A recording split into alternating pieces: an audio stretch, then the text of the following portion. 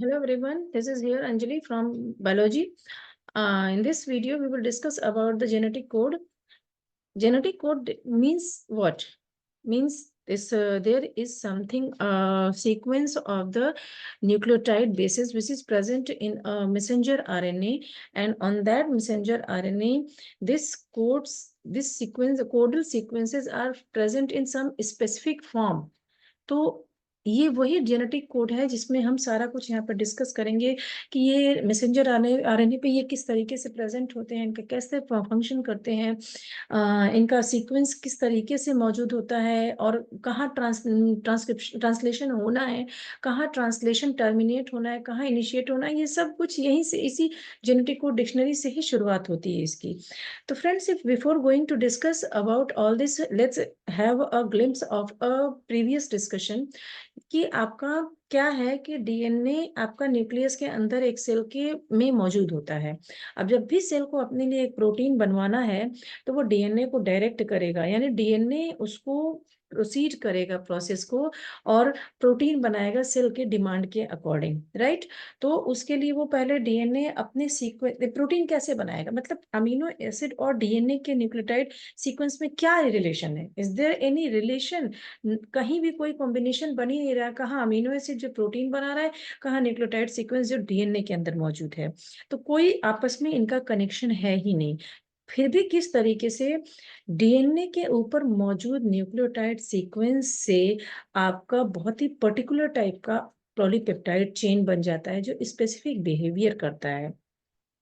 There must be something in between them which performs as a link in between both of them. What is that? That is messenger RNA, right? नाम भी लिखा हुआ है messenger. तो ये कहीं ना कहीं डीएनए की इंफॉर्मेशन को मैसेज कर रहा है, पहुंचा रहा है दूसरे कंपोनेंट तक और उससे प्रोटीन बनवा रहा है। ठीक है, अब हम इसके डिस्कशन की शुरुआत करते हैं, जिसमें हम क्या देखेंगे कि एक्चुअली में ये लाइन भी यही चीज कह रही है कि genetic code is actually nothing but it is the instructions, it is a form of instruction which is found in a gene, and that the gene tell a cell to make specific protein, means कि cell अपनी demand के अनुसार उस gene के through अपने लिए protein बनवा रहा है।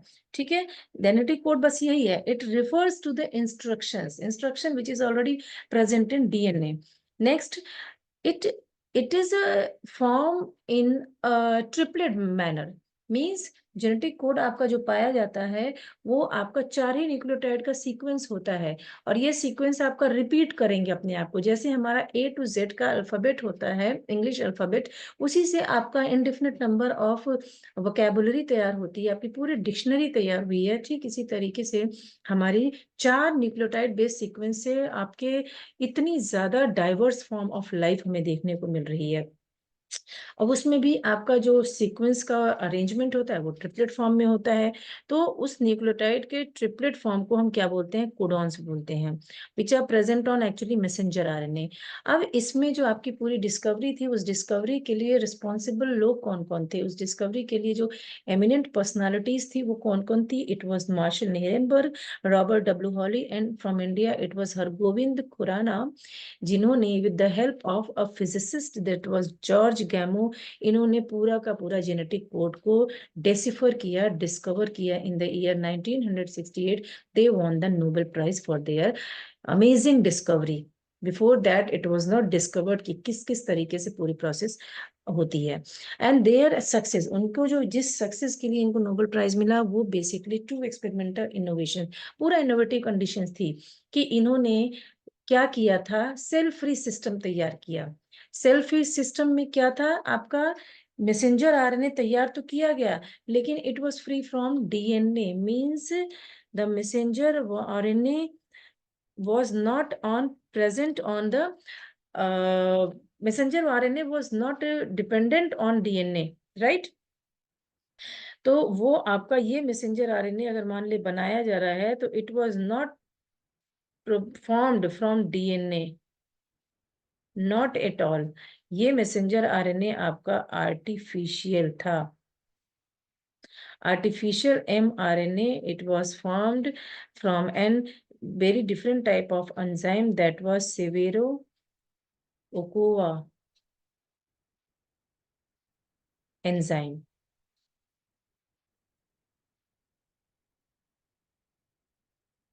राइट। ये था आपका एंजाइम जिसने क्या किया कि एक्चुअली बनाने का दो फॉर्मेट रखा गया था। इनिशियली दे यूटिलाइज्ड homopolymers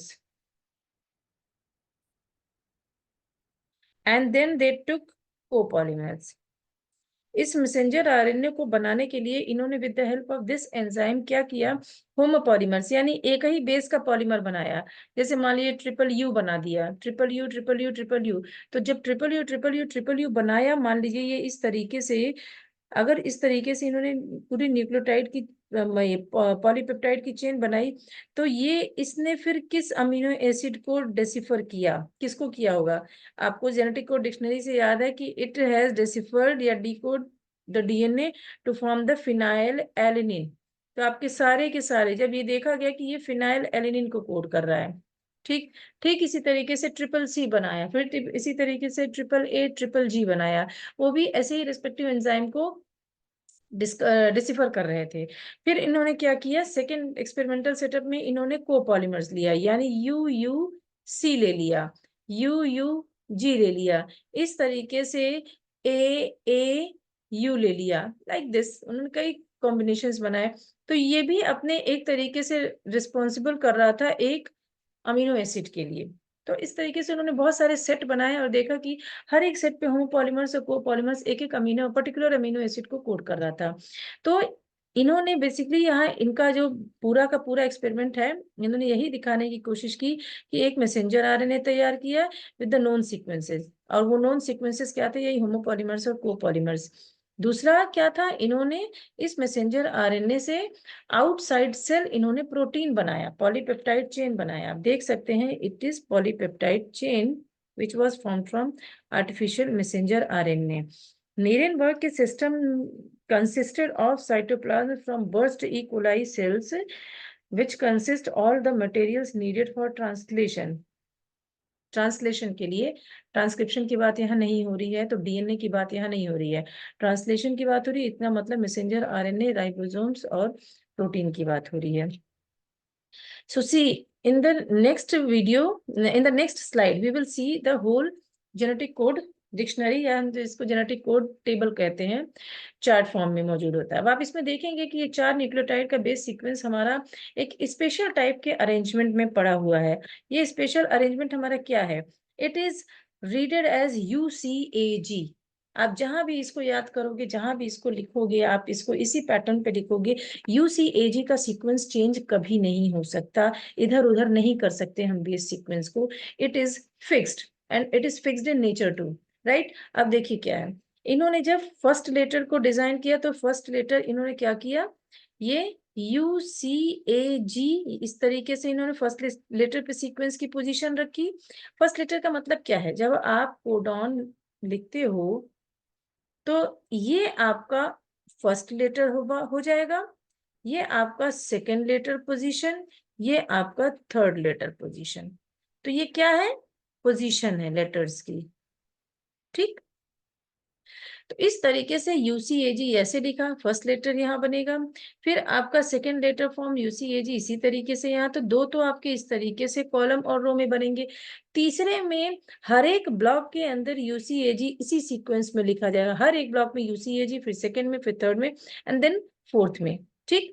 फिर आप देख रहे हैं कि अब जब इनका फर्स्ट लेटर को हमने in the first block we see that, जब हमने इसका फर्स्ट लेटर लिया और इसका फर्स्ट लेटर लिया, तो इसको बनाने का बेस्ट तरीका क्या है कि हर बार आपको, क्योंकि हमें इसे 4 बार लिखना है, क्योंकि थर्ड लेटर में UCAG एक ही कॉलम में 4 बार आया है, तो we have to write it 4 times. तो यू को लेके आप 4 टाइम्स पहले लिख लीजिए, ठीक है। इट इज वेरी सिंपल, इसमें कोई हार्डनेस है ही नहीं। बच्चे बहुत ज्यादा परेशान हो जाते हैं, ये क्या है, ये किस तरीके की डिक्शनरी है, लेकिन इसको लिखने की ट्रिक है बस।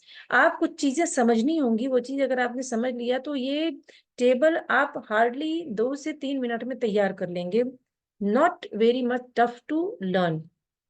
आपको सिर्फ यू और यू लिखना है जो कि फर्स्ट लेटर है। अब तीसरे पैटर्न पे UCAG आप एज इट इज लिख दीजिए। ठीक इसी तरीके से U पकड़िए, देन C पकड़िए। आपको CU नहीं कर सकते, फर्स्ट लेटर की पोजीशन एंड सेकेंड लेटर की पोजीशन आपकी क्या होगी, फिक्स होगी। तो UC, then again write it 4 times, again write it 4 UCAG at the third position. फिर आप उसी तरीके से लिखेंगे U और A लिखेंगे, तो UA 4 बार आप लिख लीजिए, देन राइट इट UCAG इस तरीके से। ऐसे ही आप पूरा का पूरा ब्लॉक्स में आप इस तरीके से ही भरेंगे, तो आपका एक पूरा का पूरा 64 कोडाउन्स का सेट तैयार हो जाएगा। इन 64 कोडाउन्स में जैसा कि इन्होंने बताया था, कुछ स्पेशलिटी है, जैसे आपका क्या है, इनिशिएशन कोडॉन।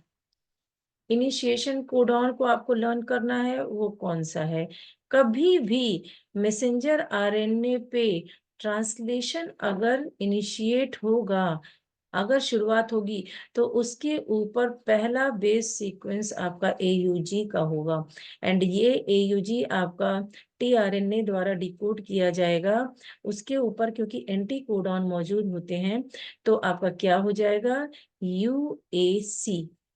ठीक, तो अगर इसकी फर्स्ट पोजीशन आपकी A है, सेकंड आपकी U है, थर्ड आपकी G है, तो एंटी कोडॉन पे tRNA की C फर्स्ट पोजीशन होगी, क्योंकि फ्लिप हो गया है, और A आपकी सेकंड पोजीशन होगी और U आपकी थर्ड पोजीशन हो जाएगी, राइट।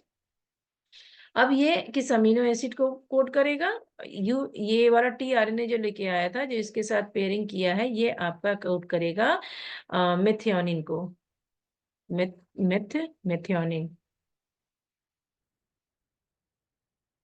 ठीक है, ये मेथियोनिन को कोड करता है। मेथियोनिन आपका इनिशिएटर अमीनो एसिड है, सबसे पहले यही बनता है आपका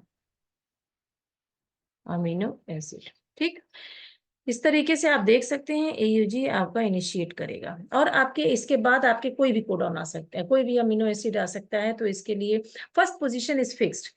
and one more important thing which is not given in NCERT, अगर AUG किसी मैसेंजर RNA पे एब्सेंट हो गया, तो क्या वहां ट्रांसलेशन इनिशिएट नहीं होगा, ऑफ कोर्स होगा। वहां पे AUG की पोजीशन को ले लेगा GUG। GUG आप देख सकते हैं, ये मौजूद है, GUG will code for valine। ठीक, तो AUG अगर एब्सेंट है, तो GUG will initiate the translation process, फिर आपकी आगे पूरी पूरी ट्रांसलेशन। तो इनिशिएशन यहाँ से हो गया, इसके बाद आपका एलोंगेशन होगा, ribosome move from codon to codon, and then amino acid will be get attached but with the help of the tRNA by reading the codons present on the messenger RNA, and then जैसे ही अंत में आपका out of these three UAA, UAG, UGA, ये तीन में से कोई भी एक कोडॉन आपके आ जाएंगे, these are called as the stop codons, UAA, UAG, UGA, stop codons, right. तो ये आपका ट्रांसलेशन जो है वो टर्मिनेट हो जाएगा वहां पे, with the help of some factors also responsible. अब क्या है कि इनको याद करने के, इनके देखिए अमीनो एसिड को आप ये कोडॉन की टेबल तो बना लेंगे, उसमें तो मैंने आपको ट्रिक बता दिया, कोई बहुत ही इजी है, कोई टफनेस है ही नहीं, लेकिन इसमें अमीनो एसिड की पोजीशन को याद करना थोड़ा सा टफ होता है। तो फ्रेंड्स यहाँ पे आपको बस कुछ थोड़ा सा ट्रिक अपनानी है। You have to learn only some simple 4 sentences. ठीक है, पहला सेंटेंस क्या है, लाइक अगर हम इस पूरे कॉलम की बात करें, तो पहला सेंटेंस क्या है, आपका पहला सेंटेंस होगा प्रेशर लिमिट्स वॉल्यूम। अब इसमें प्रेशर ले लेंगे हम, ठीक है, प्रेशर फॉर फिनाइल एलेनिन, ठीक है, लिमिट्स ले लेंगे,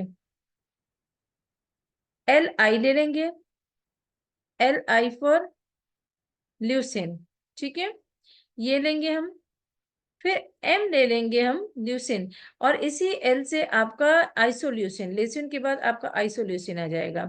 ठीक, उसके बाद आपका मिथियोनिन, मिथियोनिन के लिए MI आपका मिथियोनिन को कोड करेगा, ये मिथियोनिन हो गया। देन वॉल्यूम का V ले लेंगे, तो वो आपका वैलिन को कोड करेगा, वैलिन। तो यहाँ आपको ये याद करना है। दूसरा सेंटेंस है आपका सेप्टा, सेप्टा, ये टर्म आप पढ़ते हुए में आपका S code for serine, P code for proline, T code for threonine and A code for alanine, right. ये आपका इसमें ये हो जाएगा।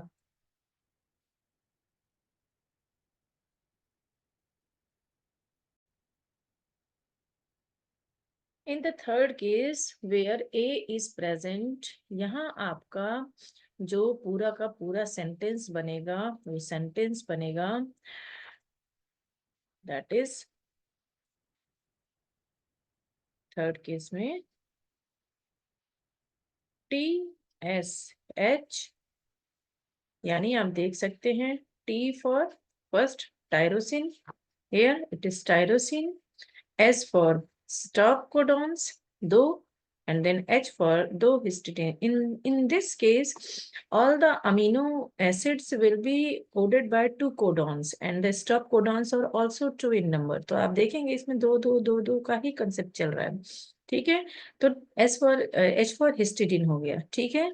देन आएगा गला एंड देन गोइटर। इसका मतलब क्या है कि थायराइड स्टिमुलेटिंग हॉर्मोन्स की कमी से हमारा क्या होता है, गला जो होता है उसके अंदर गोइटर हो जाता है। आपका T3 384 हार्मोन जो होते हैं वो आपके कम हो जाते हैं, हाइपर सिक्रेशन होने लगता है, जिसकी वजह से आपके जो थायराइड के जो सेल्स होते हैं वो सेल्स पे एक्स्ट्रा हार्मोन प्रोड्यूस करने के ऊपर प्रेशर आ जाता है, जिसकी वजह से गले में अनड्यू ग्रोथ होने लगती है और वो गोइटर कॉज करता है। तो TSS से मैंने आपको बता दिया, गला से क्या होगा, गला का G से आपका हो जाएगा ग्लाइसिन, A से हो जाएगा आपका एस्परजिनिन, L से हो जाएगा लाइसिन, एंड लास्ट के कॉलम में आपका, लास्ट के ब्लॉक में आपका A है और देन आपका G है। यहाँ A और G दोनों आपके एसिड है, ठीक है। तो ये एसिड आपके क्या हो जाएंगे, ये आपका एस्पार्टिक एसिड है, एस्पार्टिक एसिड, एंड लास्ट का G, ये GLU जो है दैट इज ग्लूटामिक एसिड। यहाँ थोड़ा सा कंफ्यूजन होता है कि ऊपर भी Ga है और नीचे भी Ga है। आपको ये याद रखना है कि जो आखिरी वाला ब्लॉक है उसमें आपके दोनों एसिड है, और ऊपर वाला जो ब्लॉक है उसमें आपका acidic nature of amino acid नहीं है, वह आपका एस्परजिनीन कहले जाएंगे और ये आपका ग्लूटामिन कहे जाएंगे। दोनों में आपका अमीनो ग्रुप लगा हुआ है, ठीक है, दे आर अमीन्स एक्चुअली। तो ये आपके हो गया थर्ड कॉलम में। फोर्थ कॉलम में आपका देखिए क्या होगा, यहाँ थोड़ा सा सेंटेंस थोड़ा बड़ा होगा एक्चुअली में, यहाँ CYS, ठीक है, और देन STOP। यहाँ पे हम इसको स्टॉप नहीं बोलेंगे, हम कुछ और बोलेंगे। यहाँ हम बोलेंगे CYS मीन सिस्टर, ठीक है। ST से यहाँ समांथा लेंगे, sister Samantha, Samantha started her trip, trip से ट्रिप्टोफैन, ठीक है, ट्रिप से ट्रिप्टोफैन टू अर्जेंटीना यानी आर्जिनिन से, विथ सेरेना, सेरीन से सेरेना हो जाएगा, and from Argentina they go to Germany, Germany से G&Y हो जाएगा। यानी यहाँ क्या हो जाएगा, सिस्टर, यहाँ पे एक्चुअली में हम यहाँ पे इस तरीके से लिखेंगे, सिस्टर समांथा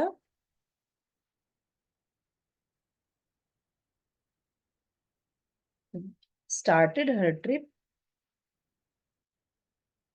ट्रिप का आपका tryptophan to Argentina, arginine, and from Argentina to Argentina with Serena, with Serena, and from there and from Argentina they go to Germany. This is the trick to learn about the amino acid sequence which is present in this table, right? Now in the very next slide we will learn to know the nature of these genetic codon dictionary. Nature क्या है, first nature it is triplet in nature, means मैंने आपको पहले भी ये चीज बताई कि triplet means they all are made up of 3 nucleotide sequence, जैसे यू यू यू ए हो गया सपोज मान लीजिए, यू यू सी, ठीक, A C U, G U G, triple G. आप देख रहे हैं सारे कोडॉन्स जो हैं आपका वो ट्रिपलेट ऑफ बेसिस हैं। तो this is the it's first character. Second character आपका क्या होगा? It is universal, which is very important. Universal मतलब क्या है? मतलब if triple U code for phenylalanine in our body, in humans body, it will code the same amino acid in the prokaryotes also, यानी कि bacteria के अंदर भी। तो ये कोडॉन्स का जो सीक्वेंस है और उनका जो एक प्रॉपर्टी की ये आपके पर्टिकुलर अमीनो एसिड को कोड करेंगे तो it follows the same rule everywhere, right. Third है आपका अनएम्बिगुअस। अनएम्बिगुअस का मतलब क्या है? अनएम्बिगुअस का मतलब क्या है कि निस्संदेह, मतलब आपका one protein, sorry one amino acid will be coded by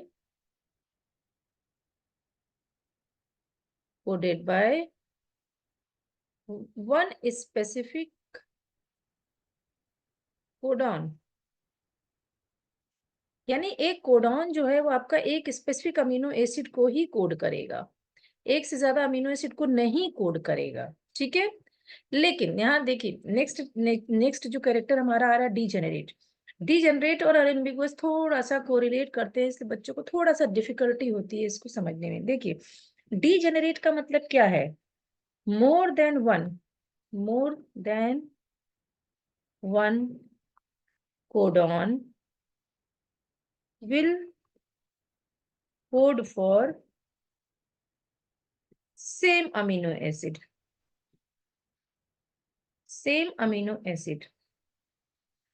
और अनएम्बिगुअस का मतलब क्या है कि एक अमीनो एसिड एक स्पेसिफिक कोडॉन से ही कोड किया जाएगा। यानी कि आपका एक से ज्यादा कोडॉन एक अमीनो एसिड को कोड कर रहे हैं, यानी अगर मान लीजिए एक एब्सेंट हो गया, मान लीजिए जैसे मान लीजिए आपका ट्रिपल यू है, ठीक है, और ट्रिपल यू भी है और आपका यू यू सी भी है, ये दोनों आपका फिनाइल एलेनिन को कोड करेंगे, ठीक है, फिनाइल एलेनिन। इसका मतलब क्या है? अगर मैसेंजर आरएनए के बाद ये ना प्रेजेंट होके आपका ये प्रेजेंट हो गया तो भी फिनाइल एलेनिन हमारा बनेगा, तो ये डिजेनरेसी को शो करता है। ठीक इसी तरीके से आपके नेचर में सेरीन है, आर्जिनिन है, एंड आपका one more codon is there, leucine. Leucine, ये तीनों amino acid I am sorry codon बोल दिया, amino acid is there which is coded by 6 codons for each. हर किसी के लिए 6 कोडॉन है, ठीक है। तो इस डिक्शनरी में आप ये देखेंगे कि कुछ अमीनो एसिड जो है वो आपके 6 कोडॉन से भी कोड हो रहे हैं, कुछ अमीनो एसिड के लिए सिर्फ एक ही कोडॉन है। जैसे आपका ट्रिप्टोफैन एंड मेथियोनिन, मेट, ये आपका सिंगल वन अमीनो एसिड को कोड करेगा, वन कोडॉन से कोड होगा, वन कोडॉन, ठीक। तो ये आपकी स्पेशलिटी है इस डिक्शनरी की। तो आई होप अनएम्बिगुअस और डीजेनरेट आपको समझ में आ गया होगा कि क्या डिफरेंस है। डीजेनरेट में एक अमीनो एसिड एक से ज्यादा कोडॉन से रीड किया जाएगा, और अनएम्बिगुअस में क्या होगा कि एक कोडॉन आपका एक स्पेसिफिक अमीनो एसिड को ही कोड करेगा, उसके अलावा किसी दूसरे अमीनो एसिड को कोड नहीं करेगा। अगर मान लीजिए आपका ट्रिपल यू फिनाइल एलनिन को कोड करेगा तो वो फिनाइल एलनिन को ही कोड करेगा, किसी और अमीनो एसिड को कोड नहीं करेगा। नेक्स्ट है आपका कॉमालेस। कॉमालेस का मतलब क्या होता है? There is no punctuation, no stop, या हम कह सकते हैं नो पॉज। लाइक इनका ऑर्डर अगर मान लीजिए यू यू यू हो गया तो यहाँ गैप नहीं आएगा, देयर इज नो गैप। यहाँ U C A, G U G, G A C, A C U, ये इस तरीके से आप देख पा रहे हैं कि कोई भी गैप नहीं है इसमें। तो हम कह सकते हैं कि कॉमनलेस का मतलब है no gap between two codon. Next है आपका नॉन ओवरलैपिंग। आपका अगर इनके बीच पंक्चुएशन नहीं है तो डेफिनेट की बात है इनके बीच में ओवरलैपिंग भी नहीं होगी। No overlap between two codons. ठीक। So this was all about the characteristics of the codon. तो आई होप कि आप लोगों को ये वीडियो ने काफी कुछ क्लियर कर दिया होगा जेनेटिक कोड डिक्शनरी के बारे में। It is not as tough as it seems to be. आपको अगर कोई भी डिफिकल्टी आती है इसको समझने में तो please do write in my comment box which is always open. We will meet again in my next video.